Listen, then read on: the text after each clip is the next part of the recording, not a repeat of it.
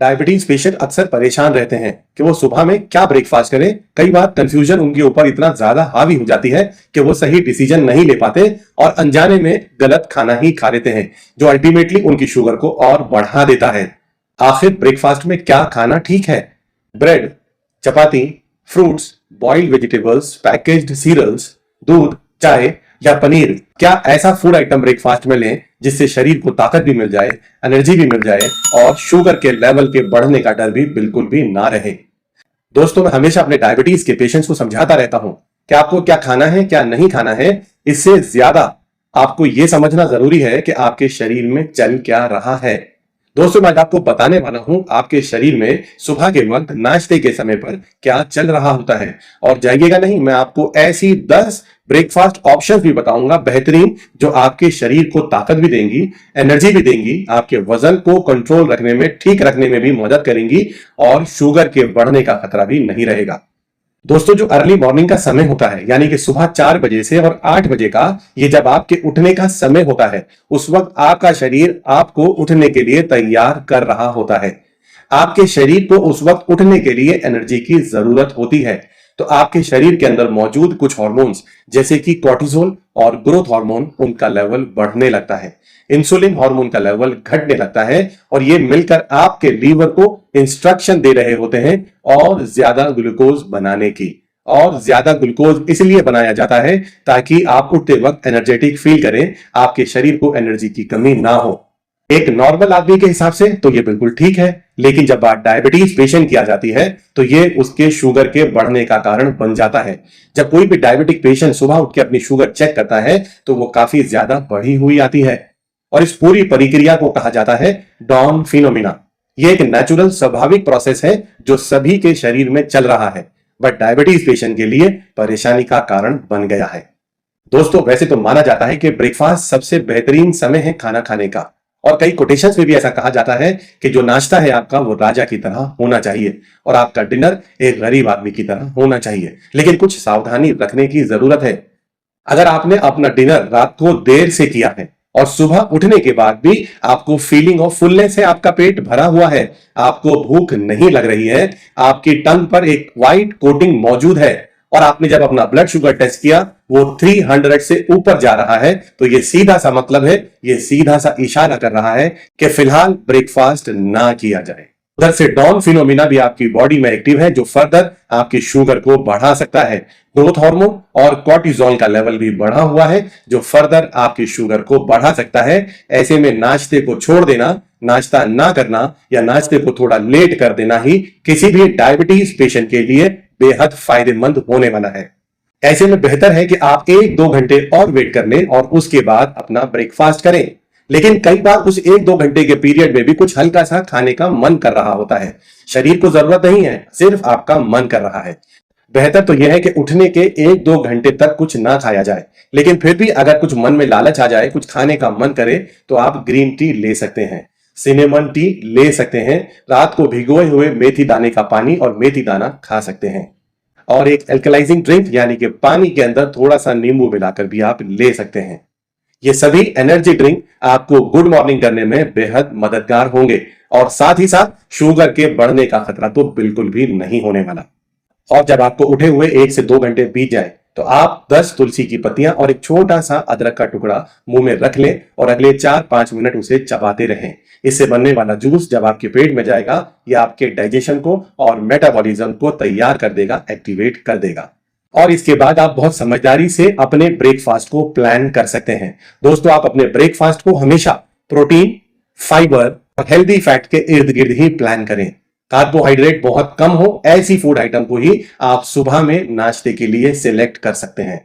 दोस्तों, आगे बढ़ने से पहले मैं आप सभी से कहना चाहूंगा कि अगर आपने अभी तक मेरे इस चैनल को सब्सक्राइब नहीं किया है तो आज ही जरूर कर लें। मेरी इस वीडियो को अपने दोस्तों के साथ जरूर शेयर कर दें और आप भी इस वीडियो को अंत तक जरूर देखें। मैं आज आपको 10 ऐसे बेहतरीन ब्रेकफास्ट ऑप्शंस भी बताऊंगा जो आपके दिन की शुरुआत को अच्छा कर देंगे। पूरा दिन आप एनर्जी से भरे रहेंगे और शुगर भी कंट्रोल में रहेगी। दोस्तों, अगर रिसेंट रिसर्चेस के हिसाब से देखा जाए तो किसी भी व्यक्ति को एक दिन के अंदर डायरेक्टली और इनडायरेक्टली 30 ग्राम शुगर से ज्यादा इनटेक नहीं करना चाहिए, जो कि लगभग 7 चम्मच के आसपास हो जाता है। दोस्तों इस बात को आप ध्यान में रखिएगा और इसके बाद मैं एक थोड़ा सा एनालिसिस करूंगा अलग अलग फूड आइटम्स का।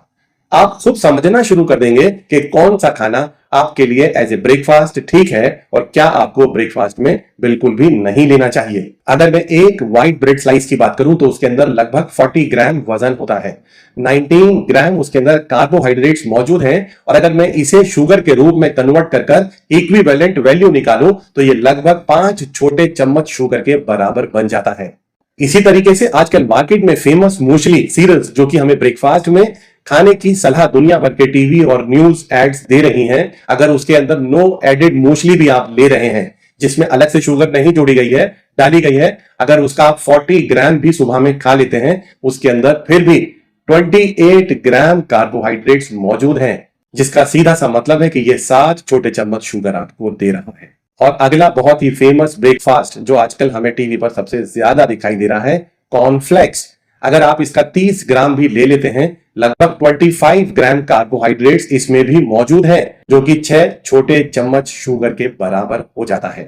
दोस्तों ऐसे ही अगर आप सुबह नाश्ते में सिर्फ 2 बिस्किट खा रहे हैं जिसका वजन लगभग 30 ग्राम के आसपास है, तो वो भी आपको 24 ग्राम कार्बोहाइड्रेट्स यानी कि लगभग 6 TSF शुगर दे रहा है। मेरी बात से आप अंदाजा लगा लें, जो दुनिया भर की डायबिटीज एसोसिएशन आपको रिकमेंड कर रही है कि 30 ग्राम से ज्यादा डायरेक्टली इनडायरेक्टली शुगर आपको दिन भर में कंज्यूम नहीं करनी, उसका ज्यादातर पोर्शन तो थोड़े से नाश्ते से ही आपने पूरा कर लिया। आपने वो शुगर जो 24 घंटे में, वो कार्बोहाइड्रेट जो 24 घंटे में आपके शरीर में जाने चाहिए थे, वो आपने सुबह के 10-15 मिनट के नाश्ते में ही अपने शरीर में डाल दिए। अब आप समझ सकते हैं कि आपका शुगर का लेवल कितनी तेजी से बढ़ने वाला है, कितनी ज्यादा दिक्कत एक डायबिटीज पेशेंट को होने वाली है। और उससे भी बड़ी बात, फाइबर मौजूद ही नहीं थे, न्यूट्रिशनल वैल्यू या तो थी ही नहीं या बेहद कम थी। किसी भी तरीके से ये नाश्ता आपके लिए फायदेमंद नहीं होने वाला। इसे खाने के बाद पेट भी नहीं भरेगा और थोड़ी ही देर के बाद आपको दोबारा भूख लगने लगेगी।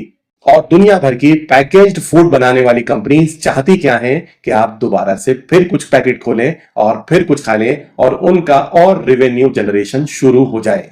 दोस्तों आज दुनिया भर में जितने भी ब्रेकफास्ट ऑप्शंस को प्रमोट किया जा रहा है वो सभी न्यूट्रिशनली बहुत लो हैं, फाइबर्स उनके अंदर मौजूद नहीं है, एकदम से आपकी शुगर को बढ़ा देंगे। दोस्तों मैं आपका और ज्यादा वक्त नहीं लूंगा, मैं अब आपको अपनी बात पर मुद्दे पर लाने वाला हूं कि आखिर ब्रेकफास्ट में करना क्या है, आखिर क्या सही ऑप्शंस है, क्या सही तरीका है, क्या सही फूड आइटम्स हैं जो आपके ब्रेकफास्ट में मौजूद रहनी चाहिए, जिससे आपका शरीर ताकतवर भी रहे, एनर्जाइज भी रहे, न्यूट्रिशनल वैल्यू भी हाई हो और शुगर बढ़ने का खतरा भी ना रहे। दोस्तों आगे बढ़ने से पहले मैं आपको 2 एग्जाम्पल देकर भी कुछ समझाना चाहता हूं। मैं आपको बताना चाहता हूं कि किस तरीके से आपका खाना, आपका खाया हुआ खाना, आपका ब्रेकफास्ट आपके ब्लड के शुगर के लेवल को अफेक्ट कर सकता है। मान लीजिए आप ब्रेकफास्ट में 2 ब्रेड ले रहे हैं, 2 बिस्किट ले रहे हैं, साथ में आप मिल्क टी ले रहे हैं। दोस्तों इन सबको मिलाकर 50 ग्राम कार्बोहाइड्रेट्स आप ले रहे हैं, जिससे आपको लगभग 300 कैलोरीज से ज्यादा मिल रही है और लगभग 12 छोटे चम्मच शुगर आपने इस छोटे से नाश्ते से ही ले लिया। वहीं दूसरी तरफ एक भारी भरकम नाश्ता, एक हैवी ड्यूटी नाश्ते के बारे में मैं आपको बताने वाला हूं। मान लीजिए आपने ब्रेकफास्ट में 100 ग्राम स्ट्रॉबेरी लिया, 100 ग्राम स्प्राउट्स लिया, साथ में ग्रीन टी भी ली, 150 ग्राम आपने सैलेड भी ले लिया और साथ ही 2 बॉइल्ड एग्स भी ले लिए। इन सबको मिलाकर आप सिर्फ 20 ग्राम कार्बोहाइड्रेट्स ले रहे हैं, जो कि 200 कैलोरी से भी कम है और लगभग सिर्फ 5 छोटे चम्मच शुगर ही आपके शरीर में जा रही है। तो आप अंदाजा लगा लें, कई लोग इस बात का कंफ्यूजन का शिकार हो जाते हैं कि हम तो बहुत हल्का नाश्ता करते हैं। दोस्तों बात हल्के नाश्ते की नहीं है, वो नाश्ता जो आप हल्का समझ के खा रहे हैं वो भी बहुत ज्यादा तेजी से आपकी शुगर बढ़ा रहा है। वहीं दूसरी तरफ जो आपने बहुत भारी नाश्ता भी किया उसके बावजूद भी आपकी शुगर के लेवल का खतरा बिल्कुल भी नहीं है। और उस नाश्ते के अंदर आपको भरपूर फाइबर्स भी मिल गई, प्रोटीन्स भी मिल गए, भरपूर न्यूट्रिएंट्स, विटामिन्स और मिनरल्स भी मिल गए, जो पूरा दिन आपको एनर्जी से भरपूर रखने वाले हैं। तो दोस्तों ये आपको ही चूज करना है कि आप कौन सा नाश्ता, कौन सा ब्रेकफास्ट करना चाहते हैं। तो चलिए अब अपनी बात को मैं पूरा करता हूं और 10 ऐसी ब्रेकफास्ट ऑप्शंस आपको बता रहा हूं जो आप रेगुलरली कर सकते हैं। बल्कि मेरी सलाह तो यह है कि आप बदल बदल को इन ऑप्शंस को इस्तेमाल करें। किसी दिन कोई सी ऑप्शन इस्तेमाल कर लीजिएगा, किसी दिन दूसरी ऑप्शन इस्तेमाल कर लीजिएगा। सबसे पहले नंबर पर आता है स्प्राउट्स। चाहे वो मूंग दाल हो या चना हो, उसको एज ए स्प्राउट्स अगर आप इस्तेमाल कर रहे हैं, ये बेहतरीन ब्रेकफास्ट ऑप्शन बन जाती है। इसके बाद आती है ग्रीन वेजिटेबल्स। अगर आप उनको बॉईल कर कर ले रहे हैं, बॉईल करने के बाद उसमें थोड़ा सा नमक मिला लें और नींबू मिला लें, ये बेहतरीन ब्रेकफास्ट ऑप्शन बन जाता है। इसके बाद नंबर आता है सैलेड का। अगर आप रॉ फॉर्म में चाहे खीरा हो, गाजर हो, ककड़ी हो, मूली हो, टोमेटो हो, इन सब का भी इस्तेमाल कर लेंगे दोस्तों, आपका पेट भी भर जाएगा, आपको दोबारा से जल्दी भूख नहीं लगेगी, शुगर बढ़ने का खतरा भी नहीं रहेगा और आपके शरीर को बहुत सारे एसेंशियल फाइबर्स और न्यूट्रिएंट्स भी मिल जाएंगे। इसके बाद बेसन से बना चीला भी आपके लिए एक बेहतरीन ऑप्शन है। Low glycemic index food item, sugar के बढ़ने का भी खतरा बिल्कुल नहीं। दोस्तों अगर आप नॉन वेजिटेरियन हैं तो आप बॉइल्ड एग्स का इस्तेमाल भी कर सकते हैं और आप ऑमलेट बनाकर भी खा सकते हैं। ये एक zero glycemic index food item है, आपके शुगर के बढ़ने का खतरा बिल्कुल भी नहीं है। हम एक बार जरूर कहना चाहूंगा, जब आप अपना ऑमलेट बनाएं तो उसके अंदर रिफाइंड ऑयल का इस्तेमाल बिल्कुल ना करें, कोल्ड प्रेस्ड ऑयल या कच्ची घानी के तेल का ही इस्तेमाल करें। दोस्तों इसके अलावा नाश्ते में आप नट्स और सीड्स का इस्तेमाल भी कर सकते हैं, चाहे बादाम हो, अखरोट हो, सनफ्लावर सीड्स हो, फ्लैक्स सीड्स हो, वाटरमेलन सीड्स हो, मस्क मेलन सीड्स हो, इन्हें भी आप अपने ब्रेकफास्ट में जरूर ऐड कर लें। इतना ही नहीं दोस्तों, लो ग्लाइसेमिक इंडेक्स वाले फ्रूट्स भी आप अपने ब्रेकफास्ट में ले सकते हैं, चाहे एप्पल हो, ऑरेंज हो, ग्रेप फ्रूट हो, चाहे पॉमीग्रेनेट हो या अलग अलग किस्म की बेरीज क्यों ना हो, इन सबको आप अपनी ब्रेकफास्ट ऑप्शन में जरूर रखें। और एक बहुत ही हिंदुस्तान की फेवरेट ब्रेकफास्ट फूड आइटम जो गर्मियों में ज्यादा इस्तेमाल की जाती है, यानी कि छाछ, बटर मिल्क, ये किसी भी डायबिटीज पेशेंट का एक अच्छा ब्रेकफास्ट ऑप्शन हो सकता है। दोस्तों अब आप सोच रहे होंगे कि क्या हम ब्रेकफास्ट में बिल्कुल भी रोटी ना खाएं, क्या हम बिल्कुल भी ब्रेड्स इस्तेमाल ना करें? दोस्तों थोड़ा समझदारी से कर सकते हैं।